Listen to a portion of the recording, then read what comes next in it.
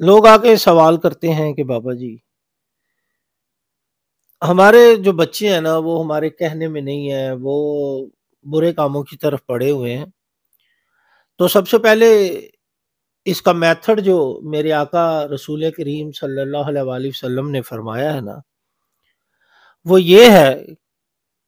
کہ جب تم میں سے کوئی اپنی بیوی سے جمع کرے، یعنی اپنی بیوی کے پاس جائے،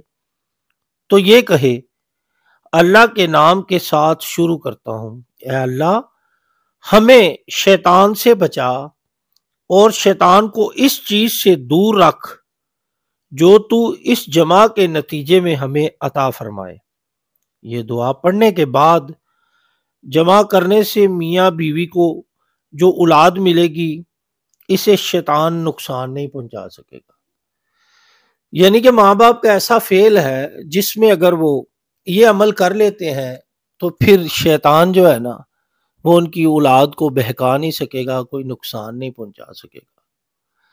ہمیں بس ان باتوں میں احتیاط کرنی چاہیے اور دین کے دامن کو مضبوطی سے پکڑ لینا چاہیے تاکہ ہم جو بھی عمل کریں، جو بھی فعل کریں، وہ اسلام کے قوانین کے مطابق ہو۔ ہمیں خود بھی پتہ نہیں ہوتا اسلام کی باتوں کے بارے میں، اسلام کے احکامات کے بارے میں،